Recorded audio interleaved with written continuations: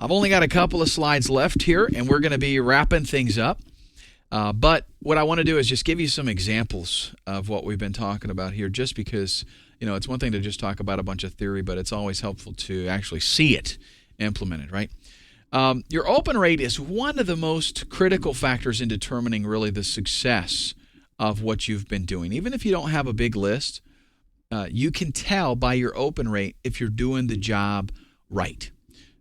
The most critical factor the most critical component in determining what your open rate is going to be is typically the subject line.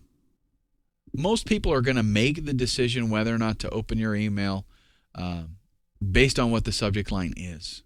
Who you are is going to probably take a little bit of a role in that, especially if you have established a good relationship with them.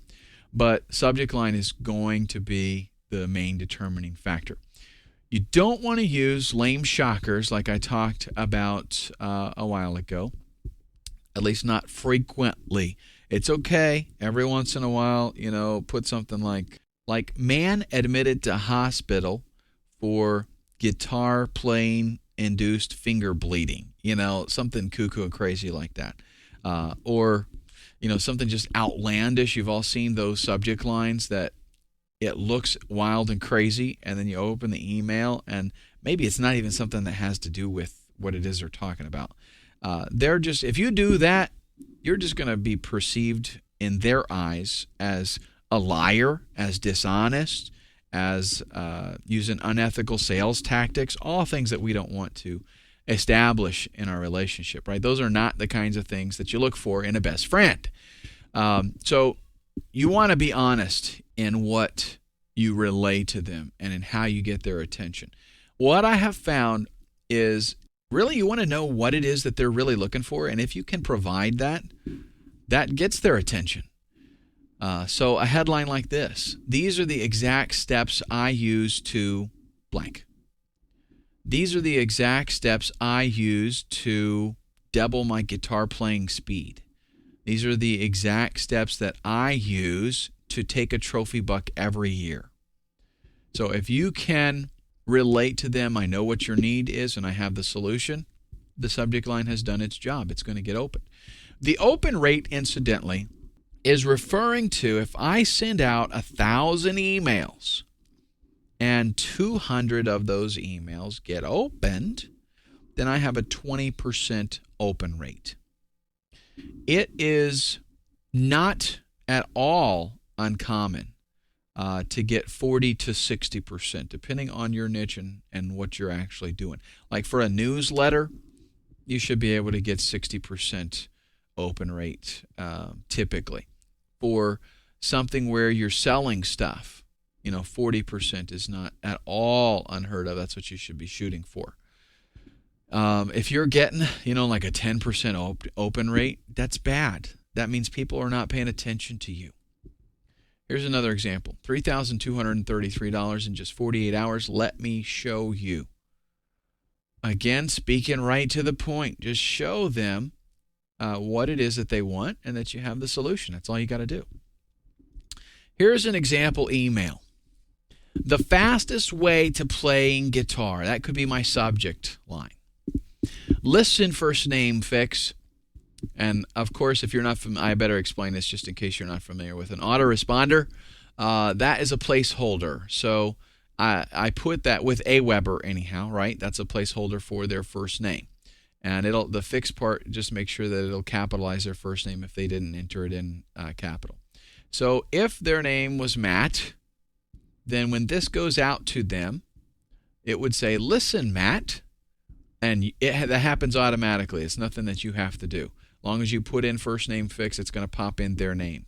Okay, that's one of the benefits of an autoresponder. I just finished putting together a workflow of the exact system I use to literally double my speed. All it takes is about 15 minutes a day, every day, and before you know it, you're flying through scales like a madman. Take a look. Now, I have the link there. Notice the call to action, though. The call to action is take a look. It's not click here now. It could be, check this out. something that is more of a low-key call to action. So you definitely want to tell them what to do, but it's not in a hard sell method. Now on my squeeze page, on my squeeze page too, getting the opt-in, that might be more of a hard sell. On the sales page itself, for a sales page that I create for my product, definitely it's going to be more of a hard sell call to action. But in this email, it's not, because we're trying to establish a influential relationship. So it's more of a friend saying, hey, take a look at this. Okay, now when they click that link, that's going to take them to where I have actually shown I'm using this certain system, something that I do 15 minutes a day, and it has helped me to be able to play faster, play guitar faster, right? Maybe my solos are faster, or playing cleaner and faster, but I'm going to show that I actually used it. And maybe that is maybe it's a piece of a guitar training that I'm promoting. Okay, so I've got the training, and I am implementing these strategies, these techniques, and it actually has helped me. So I'm going to talk about how it has helped me, and of course, there is going to be, a link for them to click on that, and it's going to be an affiliate link, not a hard sell. Just mention this is a small piece of the training that I got from, and then put your affiliate link right there. The best part is literally anybody can do this. Here's why it's so simple, and then I would go on to tell them a little bit more about it. Notice though, I'm giving them the link right away in my email, but I'm not drawing a whole bunch of attention to it. So if they want to click on it, they can. But I am in this email. I'm going to go on to tell them a little more about this technique, why it works, maybe how I am able to, it only takes 15 minutes a day, so how I'm able to squeeze it into my schedule and make it, maybe I discovered a way to do it that makes it more fun.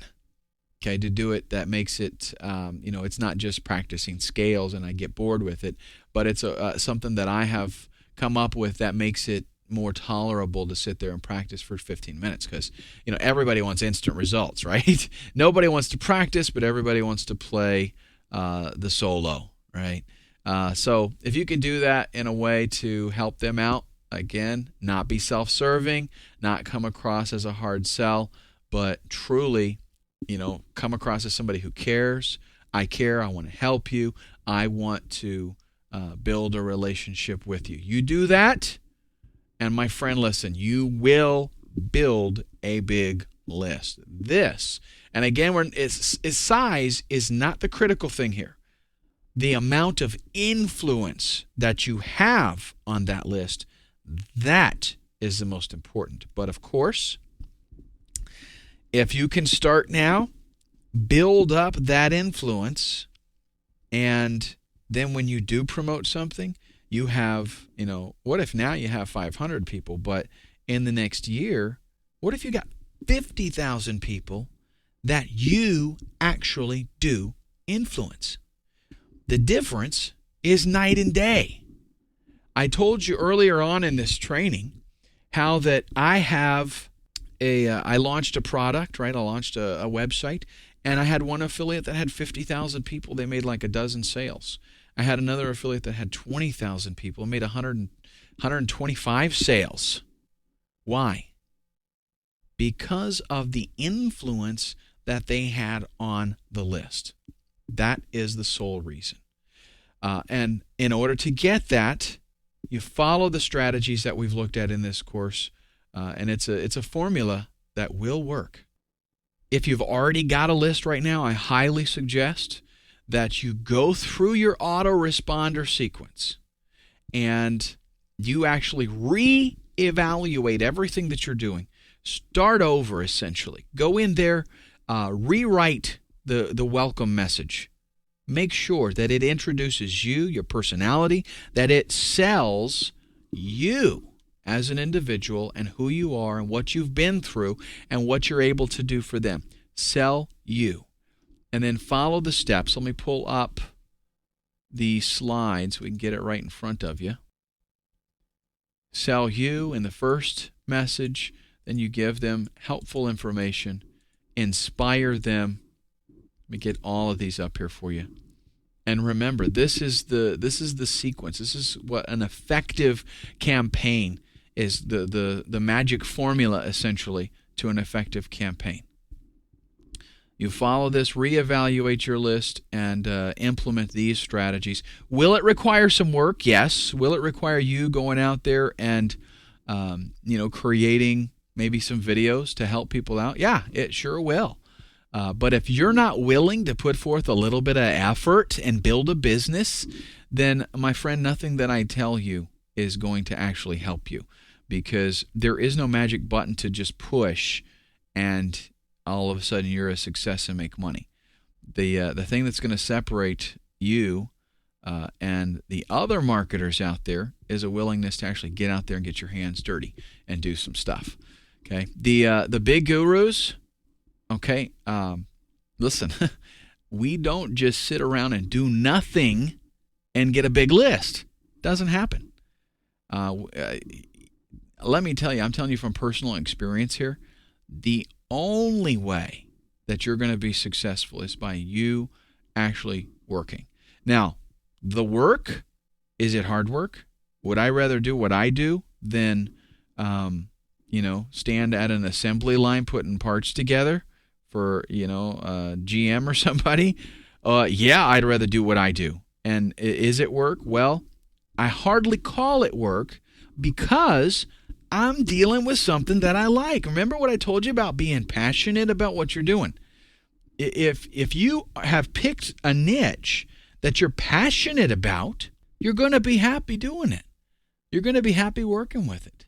And that's going to totally separate you. I don't advise people to just go out there and pick whatever they think is going to make them the most money and do that, because that's not the way it works. It's got to be something that you enjoy. Day in and day out, you're going to be dealing with this, and it's definitely got to be something that you're able to focus on.